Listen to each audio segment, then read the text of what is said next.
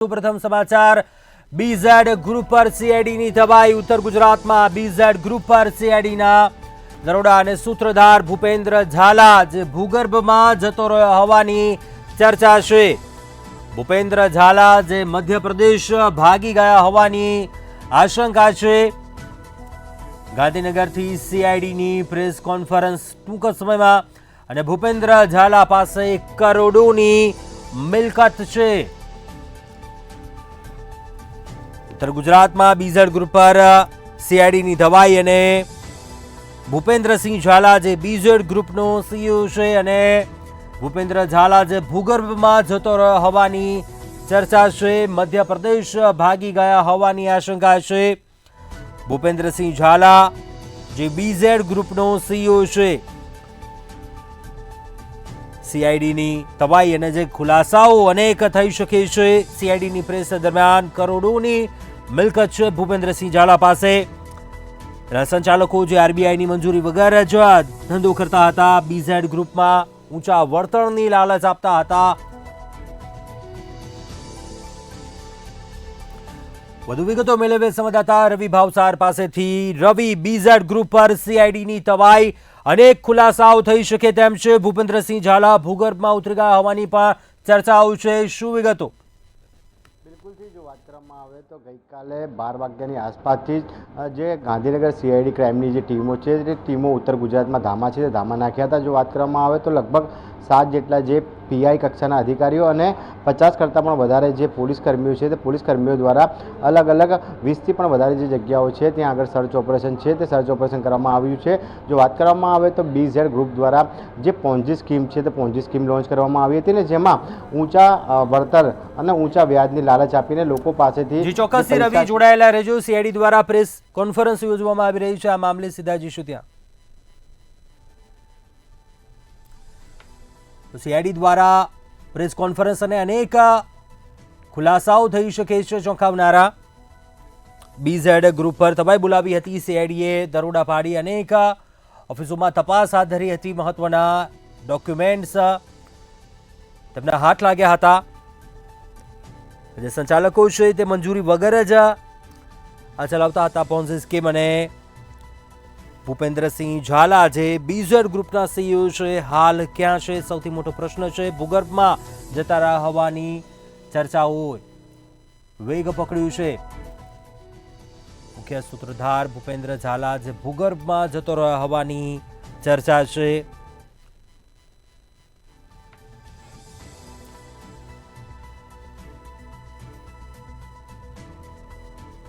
ઉત્તર ગુજરાતમાં અનેક લોકોને લોભામણી લાલચ, ઊંચા વળતરની લાલચ આપી અનેક લોકોનું રોકાણ છે।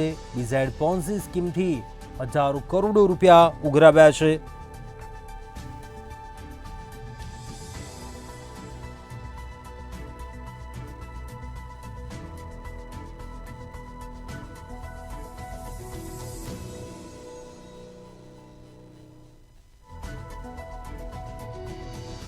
નિવારણ શાખા સીઆઈડી ક્રાઇમમાં મળેલ માહિતી આધારે લગભગ 1 મહિનાથી અલગ અલગ જગ્યાએ સર્વેલન્સ ગોઠવવામાં આવેલ હતા। એ આધારે ગઈકાલે ગાંધીનગર, હિંમતનગર, અરવલ્લી, મહેસાણા અને બરોડા જિલ્લાઓમાં વિવિધ સ્થળે રેડ કરવામાં આવેલ, જેમાં મળેલ દસ્તાવેજ અને અન્ય કમ્પ્યુટર્સ અને અન્ય સાધનો તેમજ પૂછપરછમાં એ હકીકત બહાર આવેલ કે બીપી ઝાલા તેઓએ બીઝેડ ફિનાન્શિયલ સર્વિસીસ નામના એક સંસ્થા ચલાવે છે। એ કોઈ અધિકૃત સંસ્થા નથી, આરબીઆઈ અથવા અન્ય કોઈ અધિકૃત સંસ્થા દ્વારા લાઇસન્સ મેળવ્યા વગર લોકો પાસેથી ઘણા પૈસા ઇન્વેસ્ટ કરાવી અને પ્રોમિસ આપેલ કે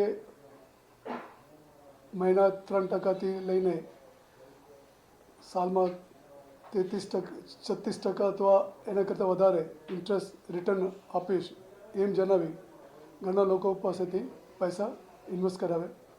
એ સિલસિલા લગભગ 2020થી ચાલે છે અને હાલ સુધી કેટલા ભોગ બનનાર છે એ હાલમાં કહેવાનું મુશ્કેલ થશે, કારણ કે મોટી સંખ્યા હશે.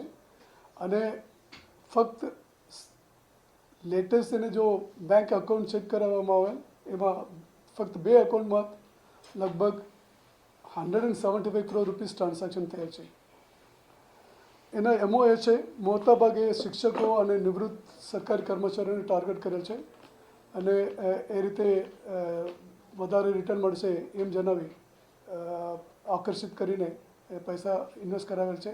અને શરૂઆતમાં થોડા પૈસા રિટર્ન પણ આપે છે તાકી લોકોને ભરોસો આવશે અને વધારે ઇન્વેસ્ટ કરવા માટે. એમ કરીને સિમ્પલ મલ્ટી લેવલ માર્કેટિંગ એક પોન્ઝી સ્કીમ છે, જેથી સીઆઈડી ક્રાઇમ દ્વારા ગઈકાલે કરવામાં આવેલ જે રેડ આધારે મળેલ માહિતી તેમજ જેને પકડવામાં આવેલ એ આધારે હાલમાં એફઆઈઆર રજીસ્ટર કરવાની કાર્યવાહી ચાલુ છે. એમાં લગભગ જો જે સ્થળ ઉપર મળેલ એ હકીકત છે, ઓફિસ ખાતેથી કાઉન્ટરમાંથી રોકડા મળેલ છે લગભગ 16.37 lakh rupees, computer 2, CPU 2, laptop 3, printer 4, mobile 11 અને એગ્રીમેન્ટ અને જો ડોક્યુમેન્ટ રિલેટેડ લગભગ 340 ડોક્યુમેન્ટ્સ, અલગ અલગ પેઢી નામના પાન કાર્ડ, રબર સ્ટેમ્પ, સહીવાળા ચેક વગેરે બધા કબજા કરવામાં આવેલ છે. હાલમાં એફઆઈઆર રજિસ્ટ્રેશનની કાર્યવાહી ચાલુ છે. એમાં ખાસ કરીને જીપીઆઈડી એક્ટ લગાવવામાં આવશે.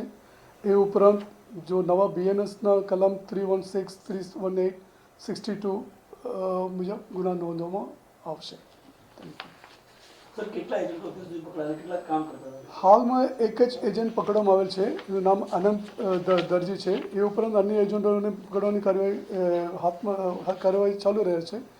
એ એજન્ટને લગભગ 5 થી 25% એ લોકો જે પણ એજન્ટ, દાખલા તરીકે એજન્ટ 1 કરોડ રૂપિયાનું કામ લઈ આવે છે એને 5 થી 25% એજન્ટને આપે છે. એ હાલમાં તપાસમાં બહાર આવેલ છે.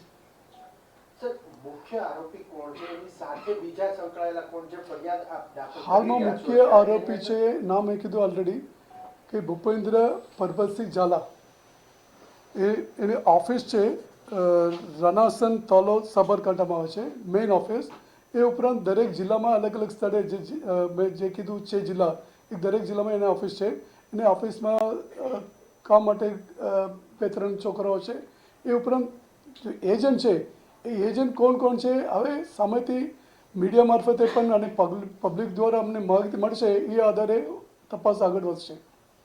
એજન્ટ હાલમાં એક જ એજન્ટ પકડવામાં આવે છે જેનું નામ અનંત દરજી છે. ગઈકાલે જે આપણા તરફથી પ્રેસ રિલીઝ થઈ એની અંદર એક આંકડો આપવામાં આવ્યો છે કે અંદાજિત 6000 કરોડ રૂપિયા એને લોકો પાસેથી એક મતલબ અમને જે માહિતી મળેલ છે ને એમાં મળેલ હકીકત છે.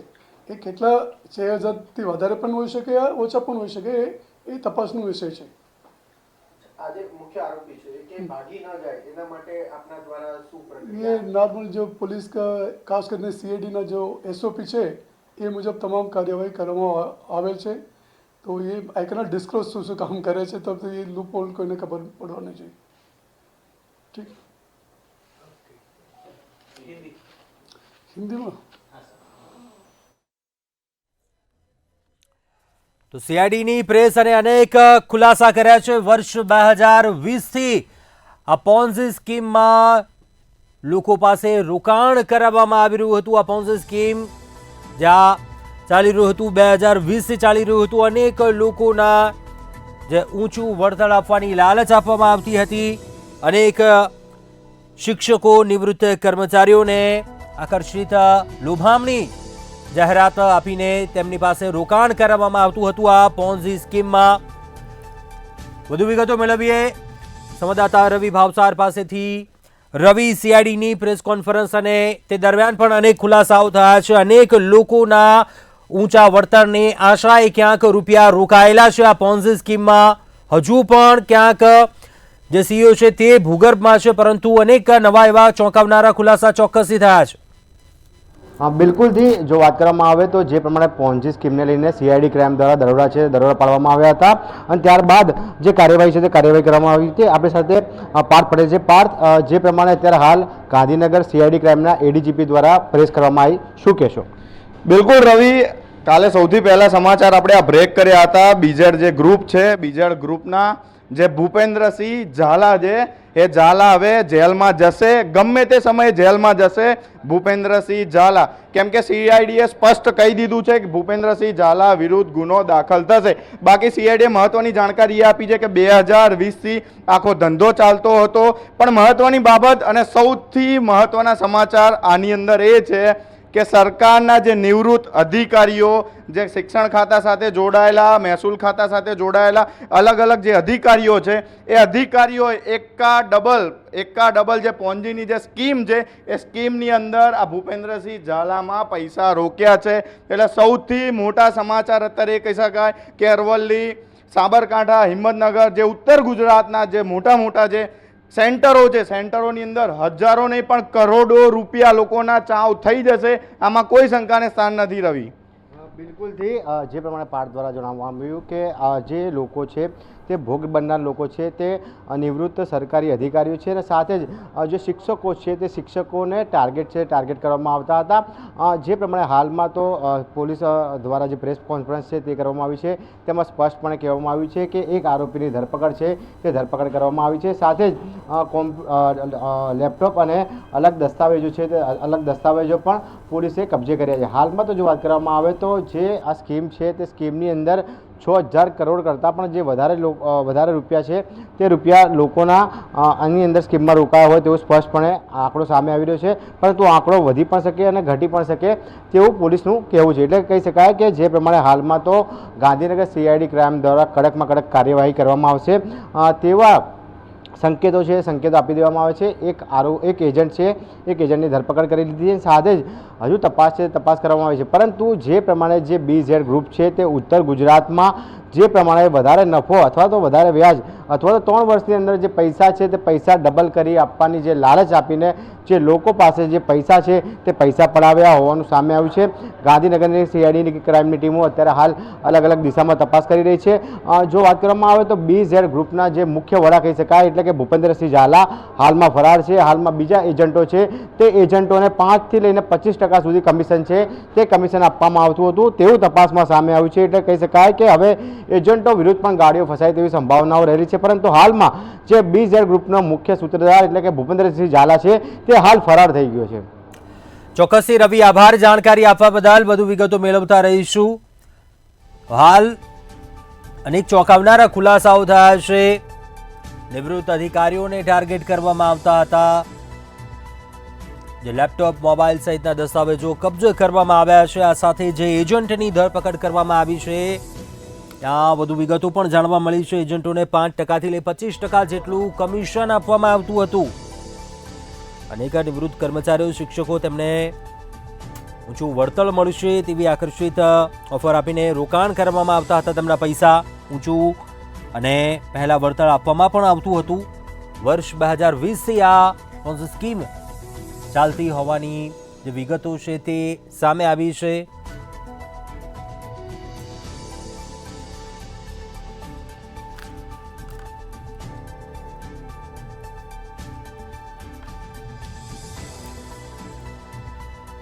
ઉત્તર ગુજરાતમાં બીઝેડ ગ્રુપ પર સીઆઈડીએ દરોડા કર્યા હતા ગઈકાલે અને લેપટોપ, દસ્તાવેજી અનેક પુરાવાઓ કબજે કર્યા હતા ગઈકાલે. જ બાદ સીઆઈડીની પ્રેસ દરમિયાન અનેક ચોંકાવનારા ખુલાસા થયા છે. અનેક જે વિગતો સામે આવી છે.